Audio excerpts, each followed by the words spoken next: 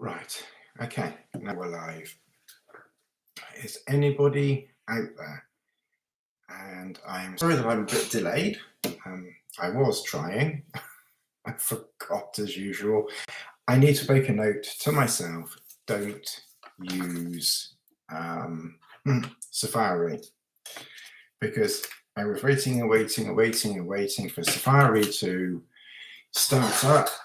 And of course, Safari doesn't do live streams.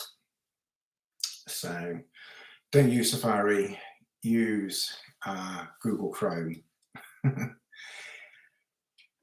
So we're about 20 minutes out now. I don't think there's anybody there. Oh, there's one person there. Hello, who is out there? I do apologise that I'm late. As I said, I was stupid and forgot that Safari doesn't Safari doesn't do live stream. Hello, Mike. I say hello, Mike. Hello, Mike.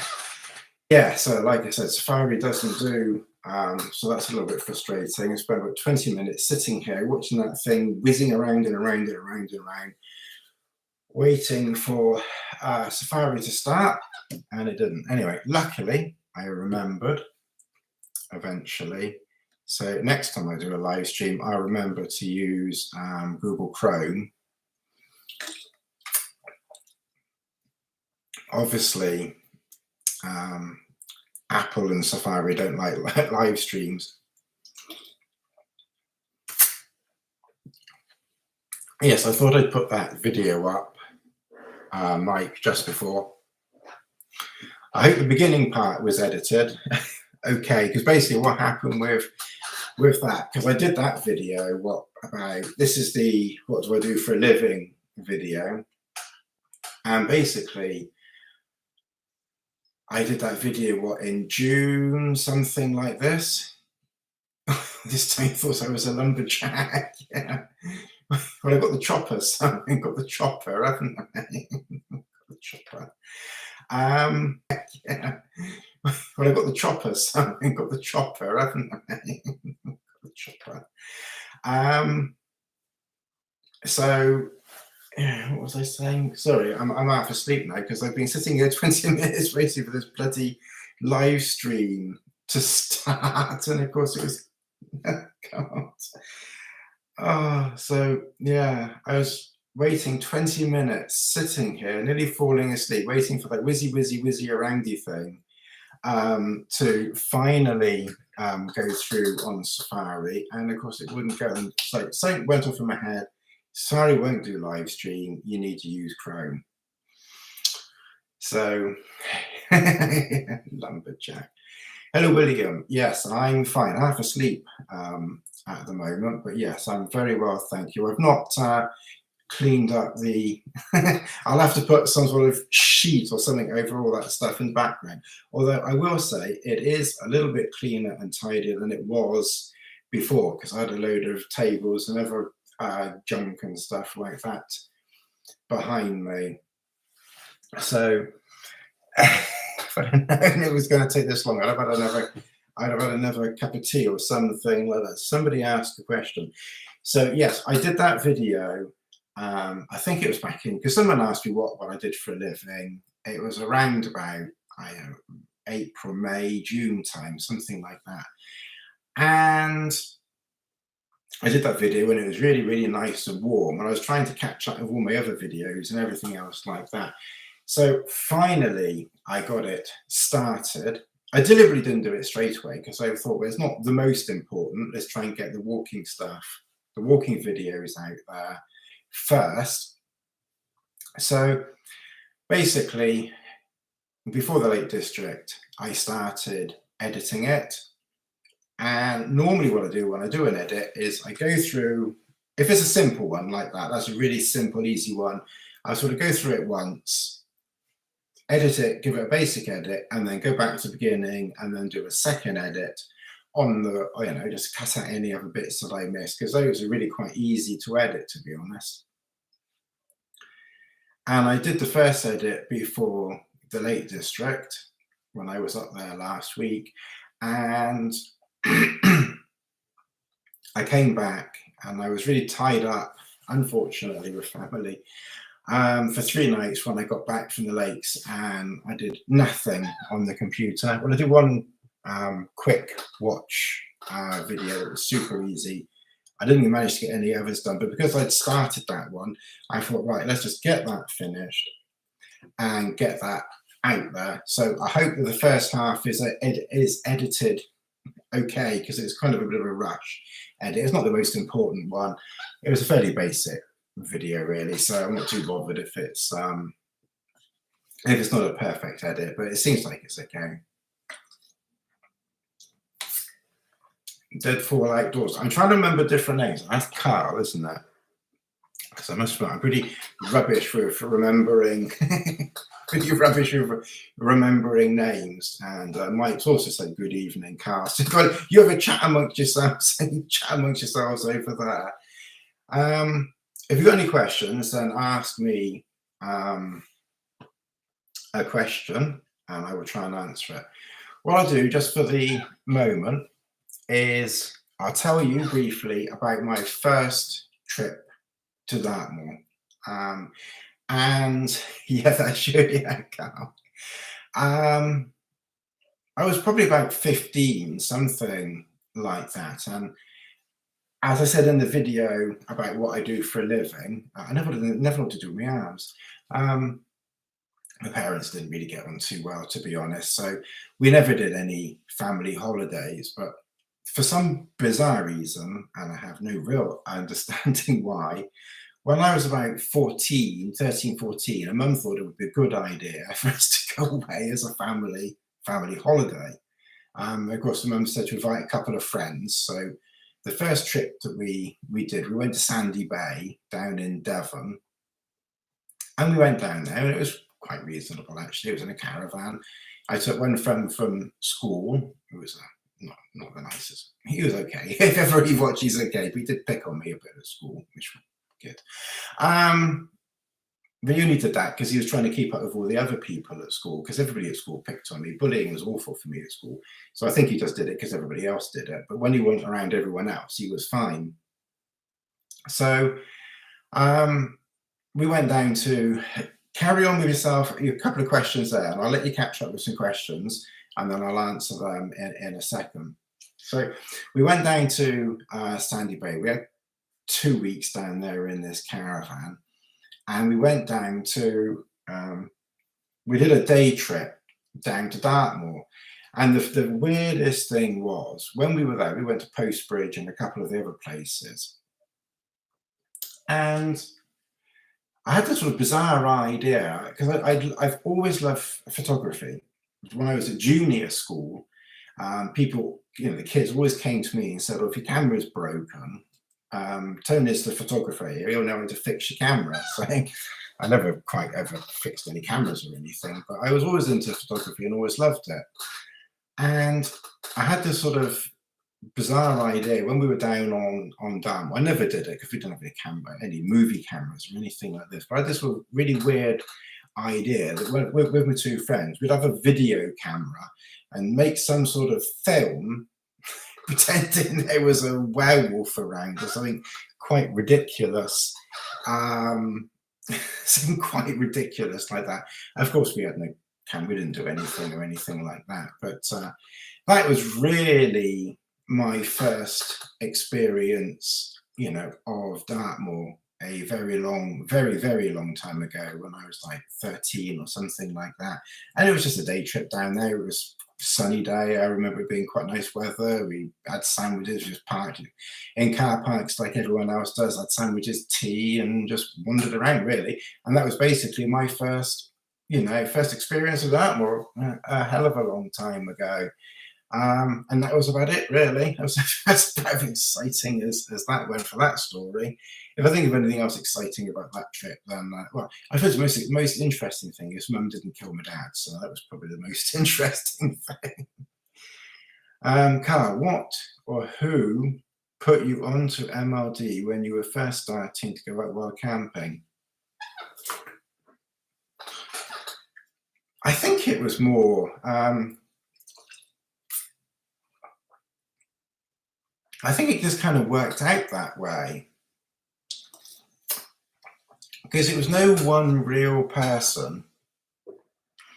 Because obviously when I was married with Sue, we went down to Dartmoor between 2003 and 2008 or 9. 2009, I think, was the last time that we went down there together.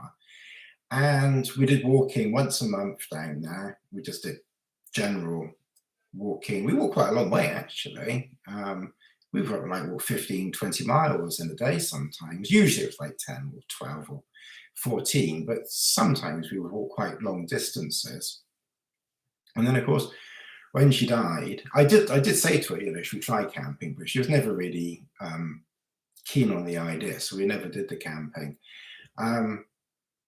Probably if I was into it now and we'd have met each other knowing what I know now, I reckon she probably would have been up for it. But you know, she was quite happy going down for the day, so I didn't bother pushing it.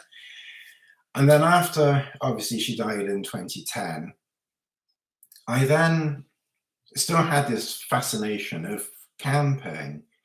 And I think I joined Twitter and Facebook probably 2010, 2011, something around about that.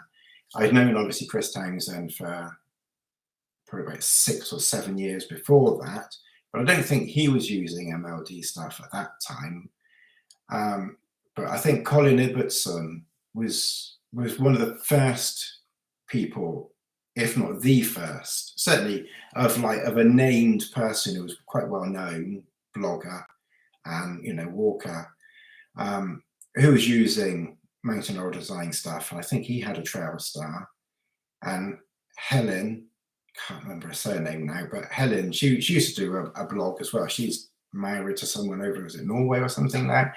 But she had a trail star as well. So she'd obviously got into mountain laurel designs. And I think there was a couple of other people who were using it or were talking about it. Martin, I think, may have mentioned it back then.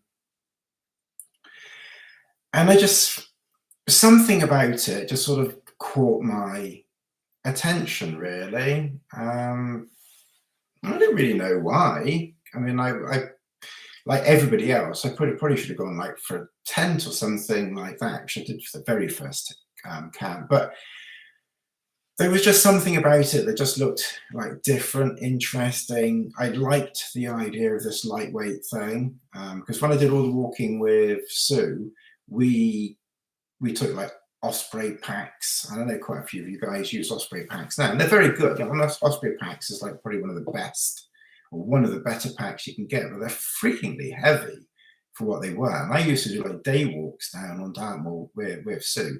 I used to somehow, I don't know how I did, I don't know what I was putting in this bloody pack, but I had a 70-litre Osprey pack and I filled it up for a day walk. It was ridiculous. I don't know what I was putting in there, but anyway, I filled it up for day walks. It was crazy, really. But then I think I then had an Osprey Atmos 35 or something like that. And then I tended to use that quite a bit as well. That's back when I was walking with Sue as well. So I knew they were quite heavy packs. And I just liked this idea, something about this lightweight thing. And I was watching some YouTube channels. Chad was doing, was doing a quite really popular lightweight channel over in America, Poindexter, Chad Poindexter. Never see anything of him these days. I don't know what he's doing. But he did really lightweight stuff with Z packs. And I was just like fascinated by it, really. And then I just looked and I thought, well, what is this Trail Star thing? You know, because I saw this photo that I think it was Helen, I think, had put one of the first pictures of a Trail Star up on one of her blogs. And I looked at it and I thought, surely you're not going to sleep in that. It looks like a toy or something that you just mess around in the garden or something like that. It just didn't look a serious piece of outdoor camping kit or anything like that. I just thought it was this fun thing. But it just got me a bit interested, and I thought, well, I'm not going to bother with some toy, I'm clearly not going to get a trail star. I mean, that's ridiculous. No, clearly I have to get a proper tent. So I think I was still partly thinking I need a proper tent, but which one am I going to get? I couldn't really quite work out what to get. And again at that time, what's the name of that tent company? My brain is asleep now. The Scarp tarp tent. So I was kind of like interested in the tarp tent, Scarp 1 or Scarp 2 tents. So maybe I got one of those even before the Trail Star. But it was still quite sort of heavy-ish, but it was light really, wasn't it? Let's face it. But so then I was walking around Cheddar. So really, you still need to go back to 2010. So Sue died in August 2010. We walked around Cheddar every week together from like 2002 to 2009 or late, because she had a whole leg amputated. She lost all of one leg was amputated to try and get rid of this cancer. So until that happened at the beginning of 2009, we were walking around Cheddar every week for, from 2002 to late 2008, really. And after she died, I carried on walking from late 2010. And obviously it was a hard, tough, sad thing to do. It was really, really sad. And I wanted something to like break up my walk. And that's how YouTube started. YouTube started exactly from that. Although I'd started YouTube before that because I was doing some videos of the fish in the pond and that type of thing. But that was more for fun and things like that. Well, mind you, YouTube was, the camping stuff was too, as well, to be honest. But then I didn't want to go walking around Cheddar carrying a tent with me every time. And I I'd been watching some of these other blogs and these other things like that. And I had this idea that if I was going to do, and I wanted to carry on walking around Dartmoor, and I had this sort of strange idea that if the weather turned, and bearing in mind, I'd been walking around Dartmoor for 8 years with Sue, and we never had a problem. We never needed a bivvy. We never needed a tarp or anything like that. It was not needed at all. But I just had this bizarre idea that, if I was walking around Dartmoor and the weather turned, or there was like an emergency situation, some sort of emergency situation coming in, that maybe I would need a bivvy or a tarp to go over myself. And that's kind of how it started, really. I bought a tarp from MLD, had it obviously shipped over. And most MLD things are kind of slip through, as it were, I'm sure you understand what I mean there. When you get your MLD stuff, you're quite happy when it lands on your doorstep. So I used to go on walking around Cheddar, and I take the tarp with me, best with me, of course.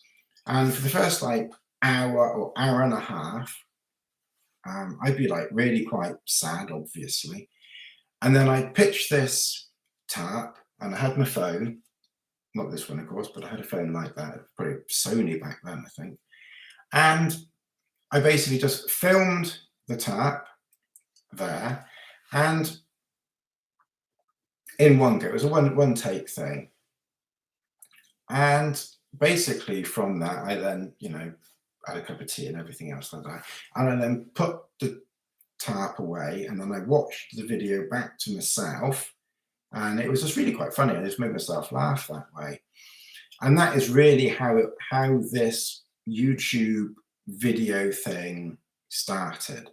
And because I had fun filming it, and I had fun with the MLD tarps, I just had this, I got braver and braver because I was pitching it around cheddar. I kind of got braver and braver using it, and I was like kind of like sort of thinking, actually this stuff it's quite decent stuff. Actually, this isn't just toy stuff. This looks proper decent, you know, equipment to me.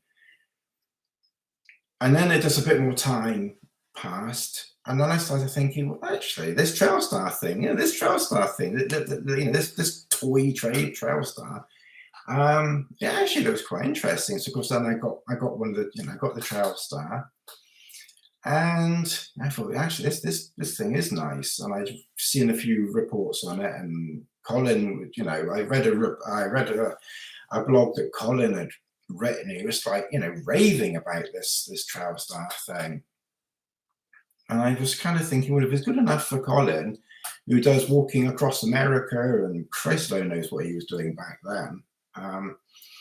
You know, I thought, whatever, good enough for him, it's good enough for me. So basically, that's how I started getting into the mountain oil design scene. It was just really by accident, purely by chance. If I hadn't gone on Twitter and Facebook and seen these other things, I probably would have been like every other boring book and would have got a tent of some description and would have been, you know, using tents forever and a day. But somehow it just started from that, and I just kind of, my camping stuff kind of just grew up with it, and I've just used it ever since. And obviously I've used the Hillyberg things a few times, which is, you know, it's great stuff, of course.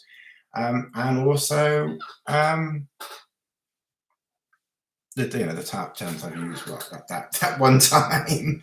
And that's really how it started, to be honest. That's how it started. And it's just, I've just filmed pretty much every walk and every camp that I've done since then. It's just been a fun thing to do, really. And that's how it all kicked off.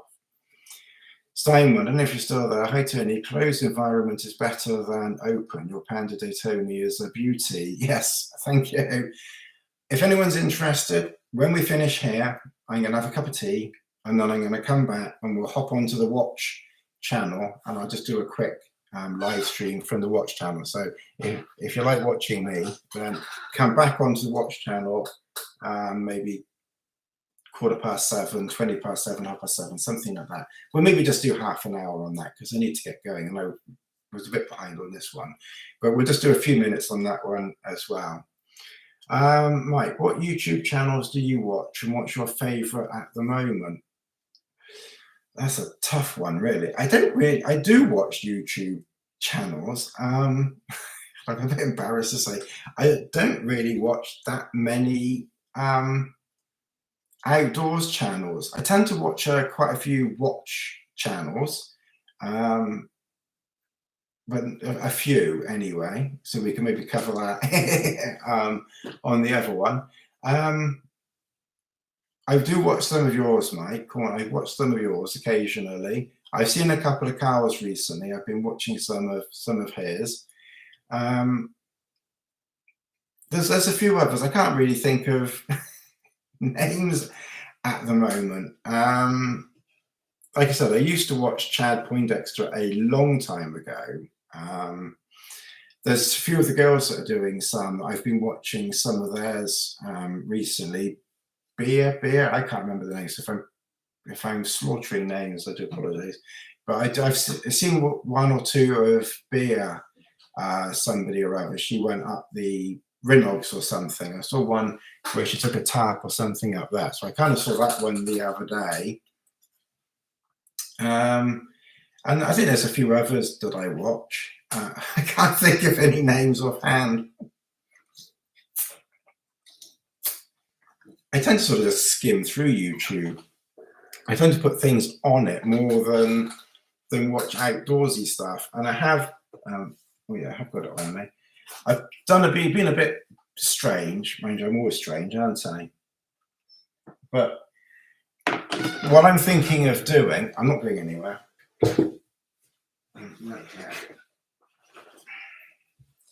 Because obviously most of my camera work is, yeah, I've seen a couple of yours, Jim, as well a while ago. I'm sure there are some other ones that I have seen. I just can't think of their names. This has been my main camera for a while. We'll maybe do another one on cameras another time. But this is the Sony 6400, and I'm gonna keep carrying this one with me for the near future. But it's quite heavy, and I've not used a huge amount recently. I tend to use it more for the watch stuff, and sometimes for this channel, as well. But I have switched over mainly to the GoPro, and of course I've got the Rode Go mic on it. You've probably seen one of the videos of that. So I've been using this a lot recently for making videos, but for some reason, and I'm a Samsung Android user, which I use.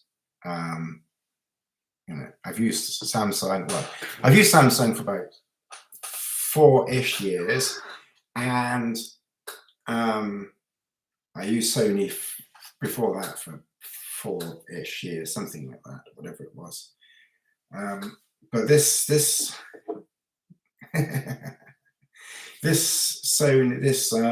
iPhone 13 Pro Max kind of caught my attention somewhat. So I'm now officially, not only am I now a 2-watch person, but I'm now a 2-phone person. And I got a sort of a contract with, it didn't really cost anything extra because I already had the contract on the Samsung. That finished. So basically, this is now paid for. So I got a contract for the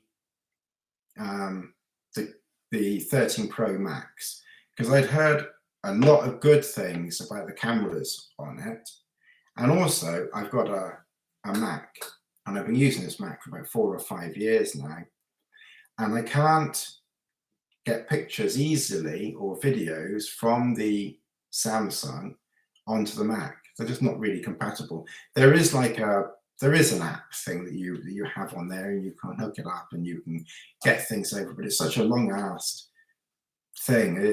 I just never did it. And there were so many times when I wanted to just do a bit of a video or something like that, just super quick on this, and it was just pointless because I wouldn't be able to get it on the Mac easily.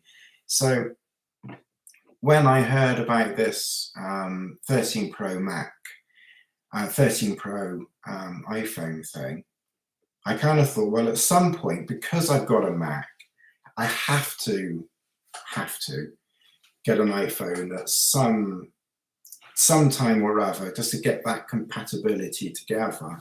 So that's how I ended up getting that. But I'm going to keep the Samsung because it's smaller and more compact. You're just sticking in your pocket.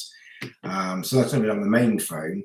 But then what I'm kind of thinking is in the medium to longer term is to see whether, I think the low light's the problem, but then just use a light or something, whether I can maybe, dispense with this heavy camera and use the GoPro for most things, and maybe some close-up things and just general things like that, whether the 13 Pro Max, will be used. So it's a bit of a sidetrack there from the question of what I watch. But like I said, I tend to sort of, put videos up, and then I tend to watch videos about kit and equipment and that type of thing. So recently I've been watching videos on phones, and then I watch videos on watches. I've been watching videos on cameras and things like that. So I watch some outdoor channels, but not as many as probably I ought to be honest. But there are some others that I watch, but I can't think, which ones that they are. There was another chap in America, but again, I can't think of his name now. And he used to have like a 500,000 subscribers or something like that now. But I can't think of his name either. I've not seen any of his ages, but he used to go into the mountains and do things over there.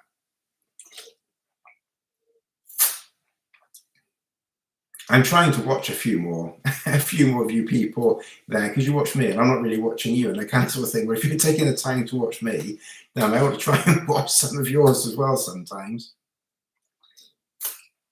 It's just time, really. It's just time. I'm kind of like busy here with family, and then I want to try and get these videos edited, and I'm still way behind on videos. So I'm camping twice a month now. So of course, when I'm camping, I'm not editing anything. And it's trying to find time here to edit things as well. And I've still got videos that go back to like August at the moment, probably even before that. I think I've got some watch videos that I did that go back to June or July. And I'm still trying to transfer the watch videos from this channel, the camping channel that you're all complaining about, over to the watch channel. So, I'm still trying to sort of, do that as well at the moment. But I do sometimes try and watch other outdoor videos, but I can't think. Have you got any other questions or anything like that? Help me out here a bit. Let me have a look on here. Stick a question here. We'll talk amongst yourselves just for a second. It'd just be interesting if I could sort of see some of there's another chap, the Lone Explorer. Scott. I've seen some of Scott's videos. That just came to mind. That wasn't from looking here. That name just suddenly pinged into my mind. I've seen obviously some of Paul Messner's videos. So I've seen some of his. So yeah, any other questions? Therefore, only to eye up your pasture. You're just going on chatting amongst yourselves there now. So, any other questions or anything like that? I'm getting a bit bored around. Hello, Tony. Are you going to get the new Hero 10? Am I going to get the new?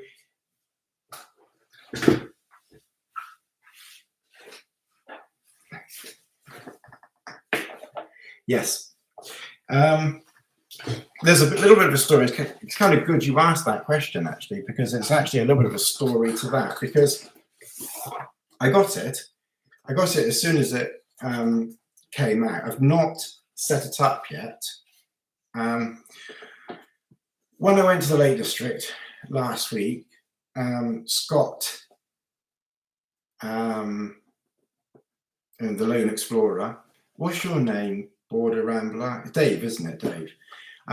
Scott said, because it was Scott that helped me with a couple of walking ideas as to where to go. And Scott said, there's a signal. he said, you'll get a signal up there. So I thought, okay, that's great. And I've seen some of your Border Rambler videos as well. That's someone else that I've seen. So I thought there'd be a signal up there. So I thought, oh, that's good. I'll carry this with me. I carried this into the lakes with me. And I have done a bit of an unboxing video. And I thought it would be a good idea to not only do an unboxing video, but to do a video for setting it up. But you can't use it until you've updated it. And of course, basically, I wasn't able to get a signal, so I wasn't able to update it or do anything. And then I thought, well, I'll try taking it just locally, because there is a little area here where I can go if I get a few minutes. And I thought I'll take it there, and I thought I'd do a video setting it up there so I can actually start using it. But then it's down with rain, and I wasn't able to do that video. So I still haven't set it up yet. So I might, at this rate, I'm going to go to Dartmoor again in a couple of weeks' time. Unless I get a chance to set this thing up in the next, because there's no real rush now. I mean, everybody's done videos on it by now, and not many people watch my videos anyway, so it's not really that vital for me to set it up straight away. So I'll probably end up taking it to Dartmoor with me at this rate, and then I'll try and get it. But what I'd like to try and do is to finish the video of setting it up, and then I can actually start using it. But yeah, so obviously I did get that, but I haven't set it up, so I can't use it. I haven't even turned it on yet.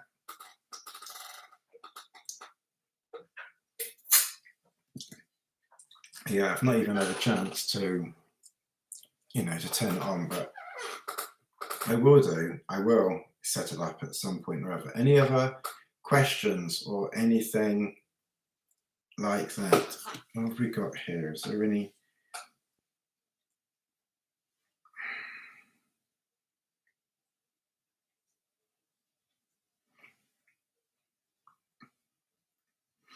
Yeah, because I put a question on one of the outdoor groups about a neutral density filter to go on this, because of course when you're using the GoPro, then I have a neutral density filter. It's not here, and then with the GoPros, you probably know, you get like a neutral density filter that fits over the lens like that. And I hear you can get neutral density filters that will go on the iPhone as well, but I've got to try and figure out what that is, because when you're filming outside and you're using a shutter speed of 50 things a second, or whatever they're called, you get so much light in, it can overexpose everything. So somehow I've got to figure out how to get a neutral density filter onto this, because we're going to need, I need that at some point. So that's something else I've got to try and figure out. Yeah, that's what I heard, Dave. I heard that whatever they did with the 10 is what the 9 should have been. But I've not really had any problems with the 9. I probably shouldn't really have bothered getting the 10, to be honest. I probably should have saved for money, but I kind of couldn't really resist it, really. But I probably shouldn't have got it, really, but never mind. Because the 9, really, it does everything that I want. And it works fine. And I've heard loads of reports of them crashing and losing files and everything like that. And mostly, 95%, this one has done me well. It served me well. It did stop the other day. A couple of times it stops and crashes, but I have to say, not as often as the impression that I get from other people. They've had real problems with theirs. And I must admit, that one, I've not had too many problems. So I hope that the Hero 10 is at least as reliable as that, if not more reliable. But I hear the 10 has a better low light, which would be good. It's obviously faster and better here and better there. So, hopefully it'll work okay.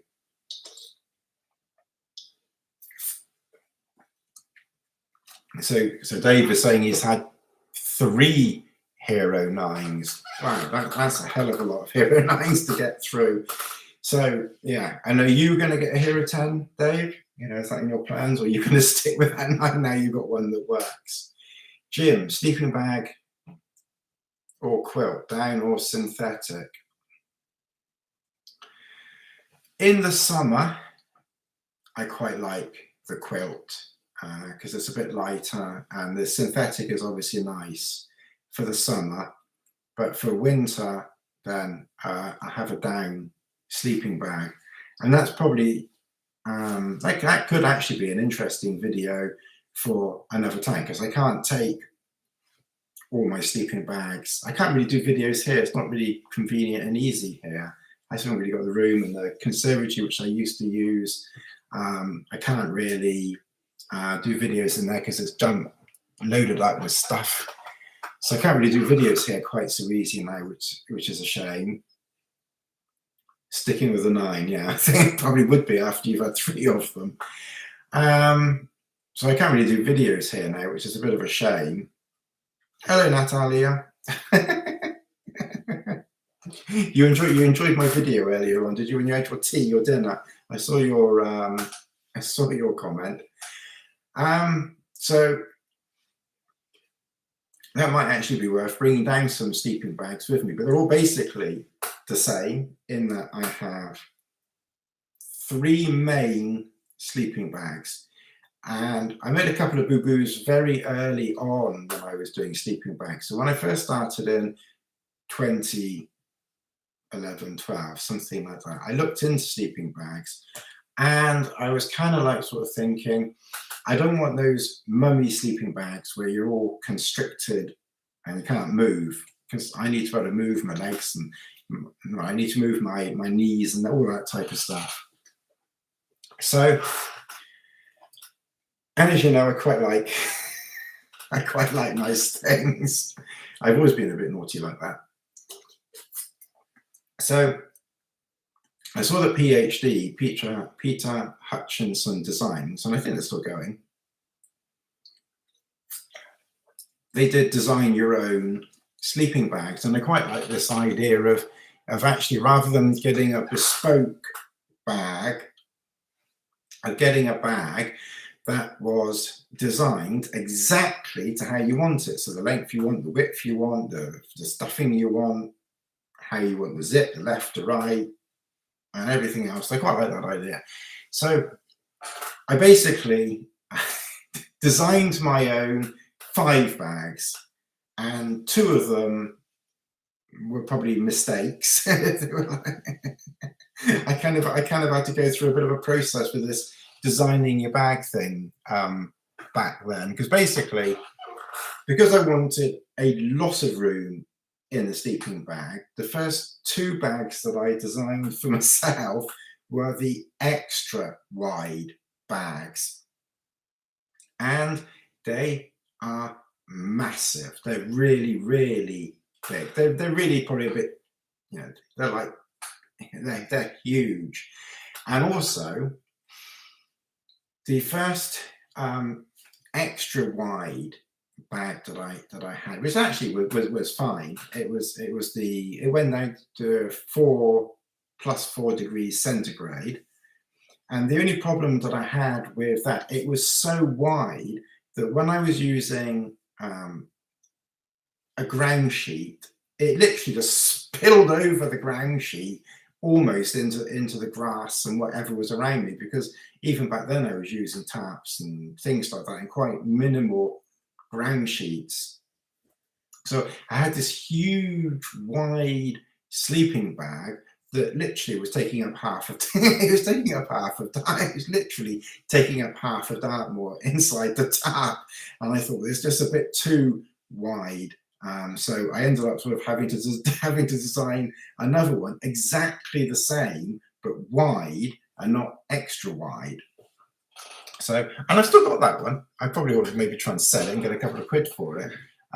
So if anybody wants an extra wide 4 degrees Peter Hutchinson design sleeping bag with a zip on my right, then I might be, if I can find it, I might be tempted to sell that one, because I've had it for years and years and I don't use it now. So that one I might be tempted to sell, actually. And then I designed a -15 Peter Hutchinson's design sleeping bag, again in extra wide with a long zip. Hello, Tom. You're late. That's okay. You can catch up later on, and we're going to go over to the watch channel later on as well, briefly. So I then designed this extra wide Peter Hutchinson's designed -15 bag, but of course, and I had a long zip on it, but I found it was too cold. You know, even when it was like at 0, I'm a freezing cold sleeper, really, really cold sleeper. And I can be inside a sleeping bag and I can have like 4 or 5, you see my videos, I have like a dozen layers on me sometimes inside this like sleeping bag that's like warmer than Mount Everest type sleeping bag. So I'm a really, really cold sleeper. So this is another bag that I designed way back when I was doing these design your own Peter Hutchinson design bags. And I will probably sell that one as well, really, because I still got that one as well. But it's a long zip. It's designed for -15, but it's extra wide. And of course, anything below like -1 or 2, I was finding I was getting cold in it. Because of course, because there's so much space inside, you probably got a lot of dead air pockets and things like that in there. So it probably wasn't the most efficient bags. Plus, even though I designed the double baffle on the zip, I found personally that I could feel cold air coming through. So I got really quite chilly in that. So that idea kind of like didn't work so well. So I then ended up designing another one. So I didn't know how to design another one. But this time I went wide because I still wanted to be able to move around inside it without being constricted. So this time I went wide rather than extra wide with a short zip.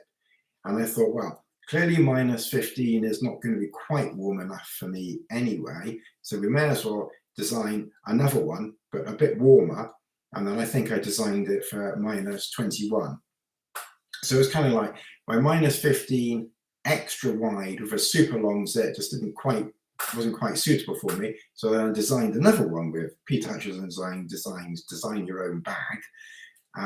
Wide, short zip, -20. And I used that several times with Bess, and it was really, really warm and cozy. I didn't have any problems with that one in the winter down here. And I haven't needed to use it the last 4 or 5 years down here because there's not really been cold enough. So I generally use my so that's my so with the sleeping bags then, so that's like my +4, which I now have got, which I talked about a minute ago, and my -21, and then I needed to design one that was in between. So I then ended up designing a short zip -5 Peter Hutchinson's design wide bag. And so basically, the main bags that I use now is my +4 Peter Hutchinson design your own bag, and the -5 Peter Hutchinson design your own bag. Yeah. So those are my 3 main bags that I use, and I designed those for Peter Hutchinson's designs 6 odd years ago, and they're still going strong. And I haven't needed any other sleeping bags. Then, of course, I do use the MLD Spirit Quilt 48, which I got about 6 odd years ago. It's the one now they've got a zip on it, which is better. The one that I have is the older one with the Velcro on it, and because I would wear something inside the sleeping bag or under the quilt, and there's the Velcro that was on the original design of the MLD Spirit Quilt 48 keeps catching everything. So now I don't put the Velcro together. What I do now, I just sort of put the quilt around the mat so that I'm nowhere near the Velcro. So I use that one when it's very, very warm. Generally speaking, I use that if it's very warm. And last year I got the MLD Spirit Quilt 28, which theoretically would go down to 0, but I think I would freeze in that. And of course, the only problem with synthetic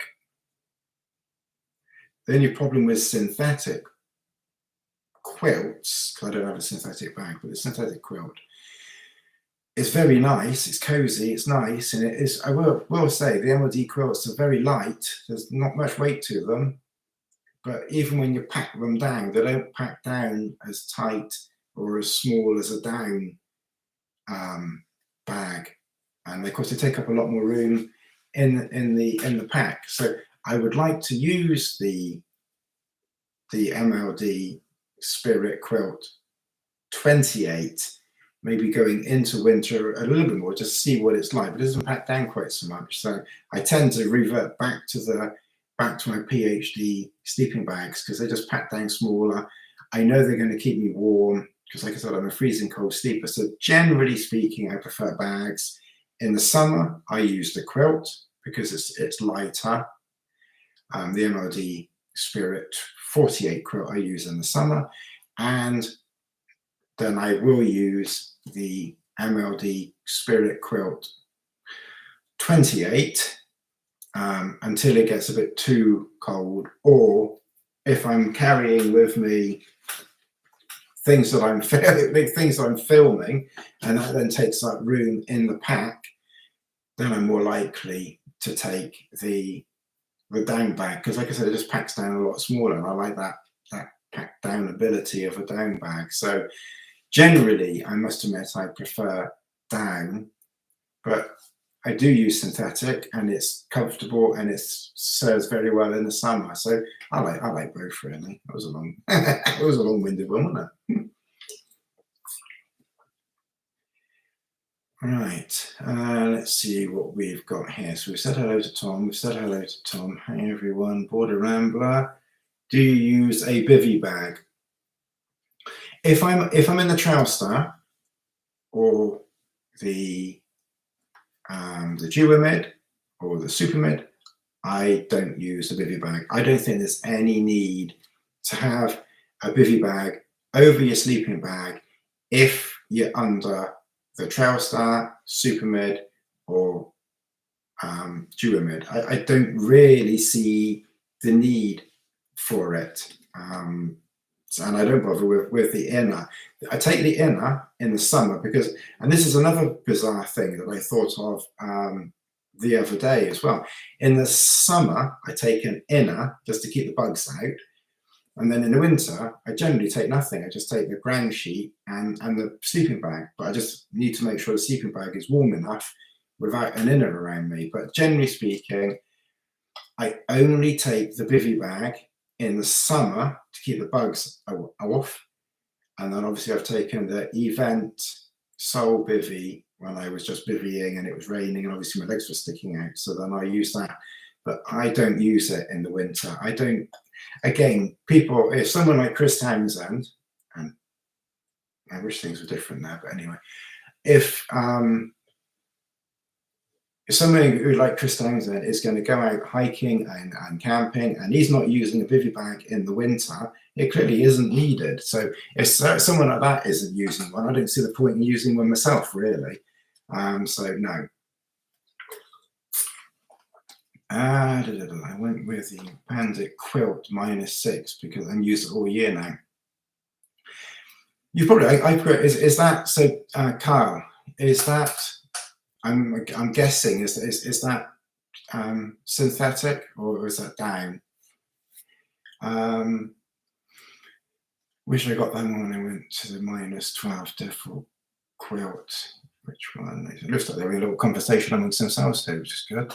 They're only good if you have decent insulated. Yeah, you've got to have a good insulated pad under you. And if you saw my cheap mat thing, and even if I'm using the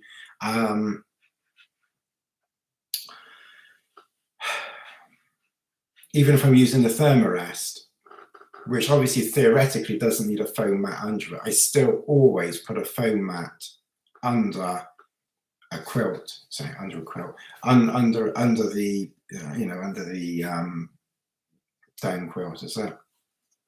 I'm gonna have to get going in a minute.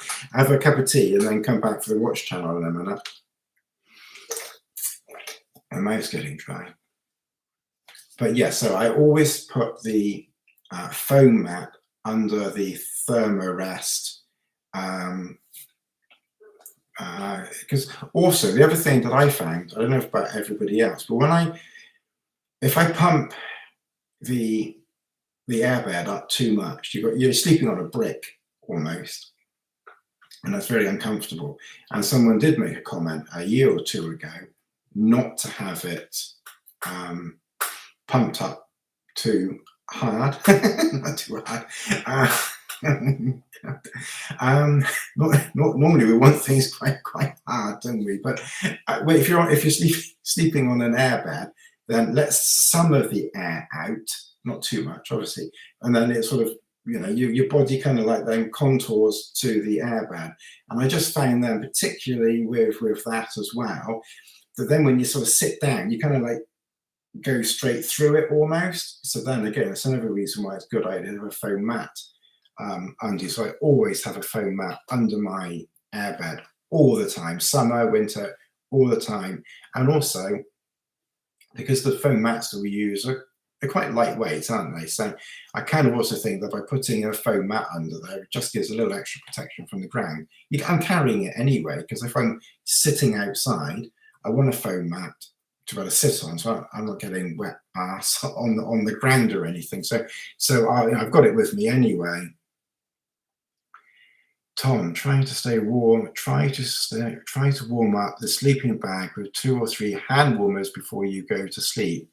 They will keep warm for 5 to 10 hours. Right. That's an interesting. Some people probably would use like a hand warmer or some warmer or something like that. To me, and my sort of lightweight thing, and taking 20 power packs with me, I wouldn't really want to take the extra weight of hand warmers and things like that. So personally, I wouldn't do it. Personally, I would be relying on the shelter to keep the wind out, and a sleeping bag that was warm enough that I would warm up, and clothes to keep me warm, plus hot food and drink. So yes, I think for some people a hand warmer probably is a good thing. I think some people do use them, and I think that I think they're useful for some people. I just wouldn't. For me, I just wouldn't bother with it. I'd also then be thinking, well, I've got to carry that dead cold weight back out again as well. And I'm carrying enough weight as it is. So for me, no, but I think for some people, yes, I think some people probably would carry them.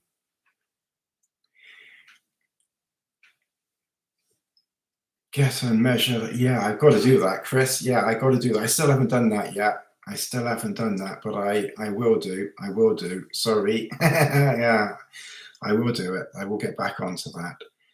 On average, over recent years, how many nights per year do you wild camp? A lot now. Before 2 years ago, I used to go out once a month for one night, and that was what I did. And I had a Chris, yeah, sorry, I'm so tied up with everything. It took me like a year to get one of those gloves question for you. When I started messing around with this watch business, again, this is maybe for the other thing, but it is applicable to this as well. I met a watch friend who actually wasn't the nicest of people to me.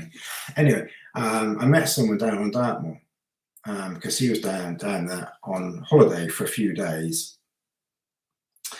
And we decided that we would meet up. He was down there with his girlfriend or something. And I said, I'll come down the day before I camp, see you for your lunchtime, and then you have to drive back to London.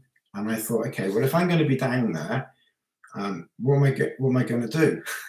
So I thought, hang on a minute, I'll just go down, see him, and then I'll go to my usual camp spot, which was super easy to get to, camp the night, and then just stay there the day and just enjoy myself and relax, and then camp the next night, which I would have done anyway.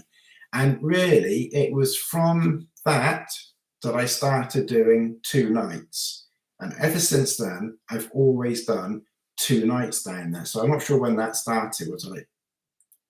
Well, it was before this bug thing started, wasn't it? So, I mean, over 2 years now, 2.5 years, I've been doing 2 nights down there once a month. And then maybe from the beginning of this year, I've been going generally down there for 2 nights once a month and 3 nights once a month. So at the moment, I'm averaging 5 nights wild camping per month. And I might I might sneak that up to 6. I might try and do sort of 3 and 3 rather than 2 and 3. But we'll kind of see how that one goes. I'm not quite sure on that. It depends on time. It's not so easy to get all that time in. But at the moment, I'm averaging 5 nights a month. I might be a bit busy in November, so I might not do quite so much in November, but I definitely will do some. And I definitely, obviously, will get down there once in December, then we've got Christmas and all that, all that malarkey. So, yeah, maybe just once in December, and so I can sneak down there as well. Yeah, Natalia. I don't get too much sleep here, so I like to get down there and have a relax.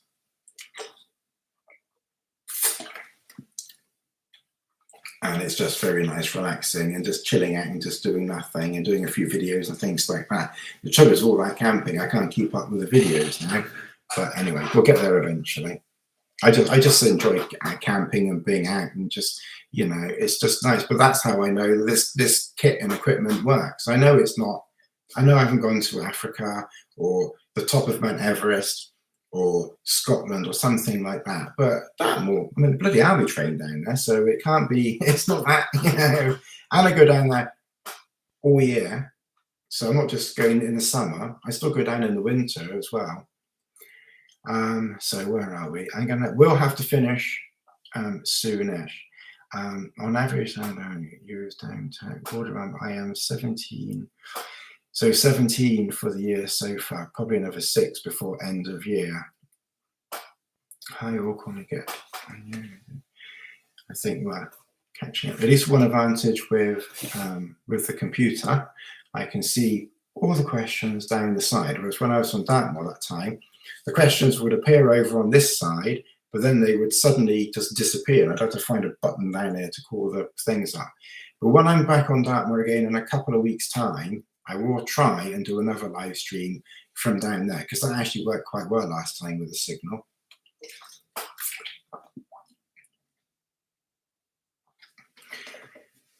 Okay, I'll answer this question, then I'm going to go and get a cup of tea, and then I'm going to come back for half an hour or so on the watch channel. So if you want to come back, then, but we'll probably be talking more watches and things like that. But if you still want to come back. So,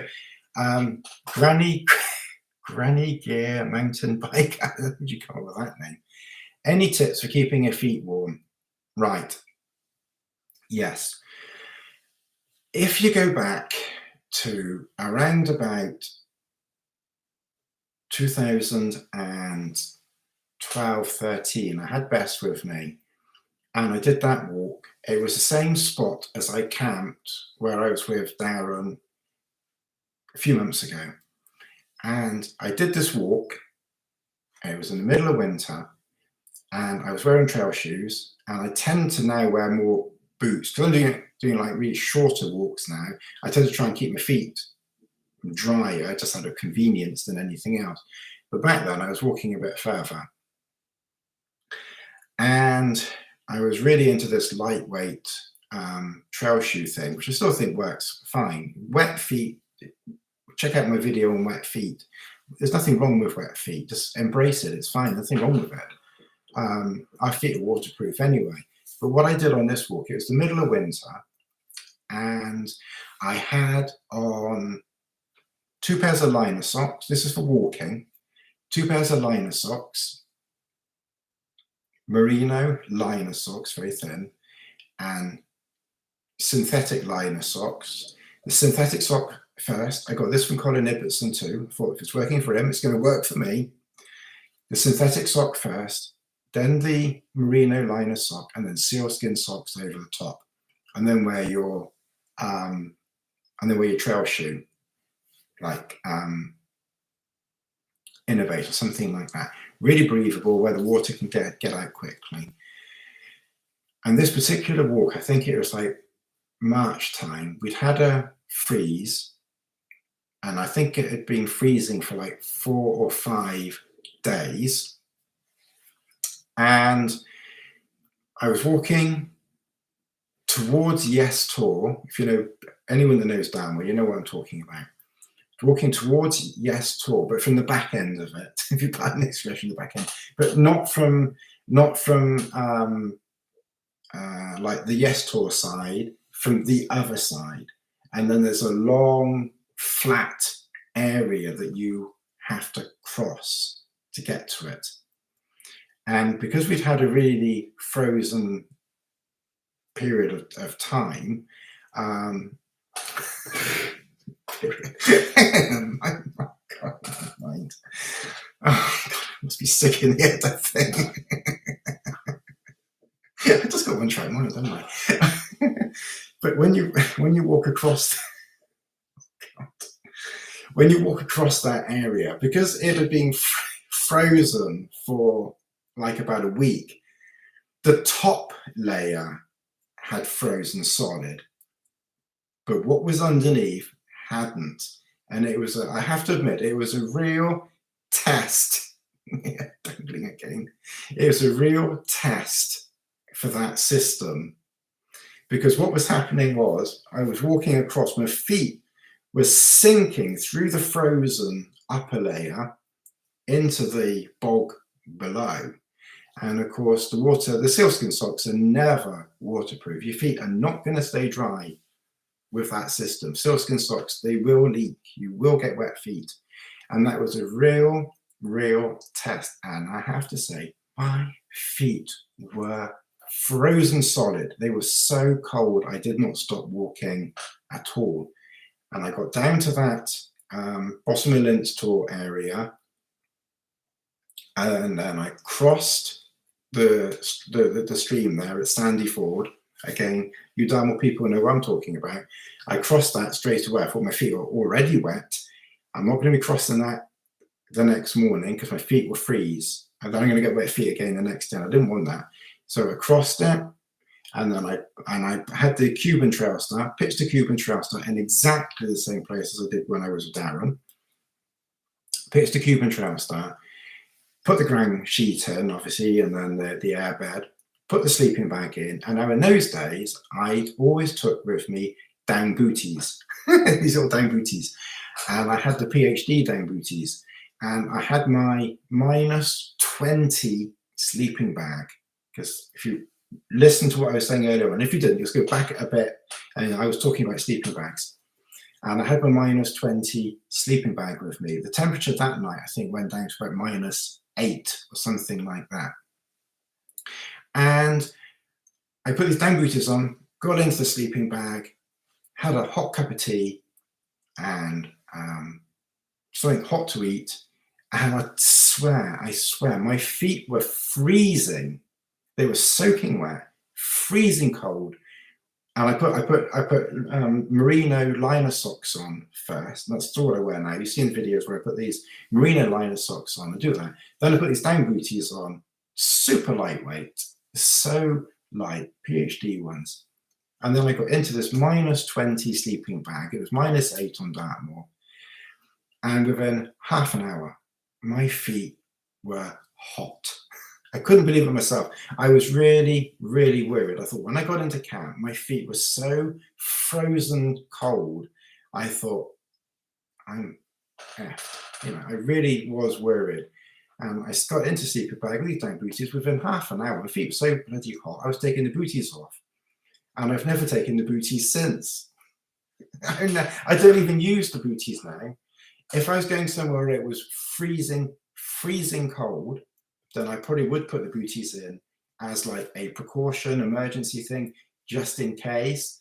But again, I think as long as you have a sleeping bag that's warm enough, you shouldn't need anything extra for your feet. Just put like lightweight, just like a lightweight sock on, and your feet should be fine. You shouldn't need anything extra for your feet. If you're getting cold, your sleeping bag isn't warm enough. So that's really it on that one. So I say make sure your sleeping bag is warm enough. All right, let me just have a quick look. Any news on the fire lighting operator? No, I haven't heard anything else. If I hear anything, I'll let you know. But I haven't heard anything on that at all. Stand in a fresh cow pat, nice and warm, yes. Pick the question up when you can. I wonder what I should get for navigation. I've not got a clue. Garmin watch. Okay, Chris, ask that question another time on here, and I'll answer that question because I do need to go in a minute, and I want to just do a perfect. I just want to do a quickie watch video, and I need a tea. My mouth's getting dry. All right, look. I think that's cool. Start with that. I'm going to run, get a cup of tea, and then I'm going to come back in like 10 minutes, something like that, and I'll be on the watch channel.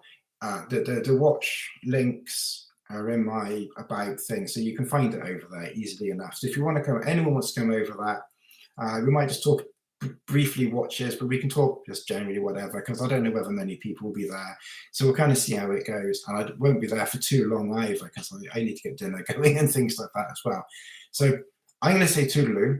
I'll see you in about 10 minutes on the watch channel, and we'll chat there for a few minutes. Chris, if you come over, we can maybe talk briefly over that one as well. But I think that question is also applicable to here as well. So we can do that another time. So I'm going to sign off here, and I'll be back on the watch channel soon.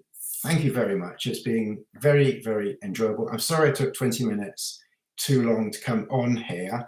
I will remember next time not to use Safari, because Safari won't work with this, and I'll use Chrome and make sure I'm on time. So I'm sorry that I'm a bit behind, and I will try a live stream from Dartmoor in a couple of weeks' time, and I'll let you know when I'm done there, because that actually worked. I tried a live stream, as you know, from the Lake District, and that didn't work at all. At all. In fact, my tablet said I had 13 minutes in total, and that took an hour for that 13 minutes. And I think all you got was about 5 minutes, so that clearly didn't. But Dartmoor did work, so we'll try that. Okay, I'll see you in 10 minutes if you want to come over to the watch channel, and I'll see you back here for another live stream on Camping Channel sometime in the near future. Thanks very much indeed. Very enjoyable. Thank you. See you soon. Bye-bye.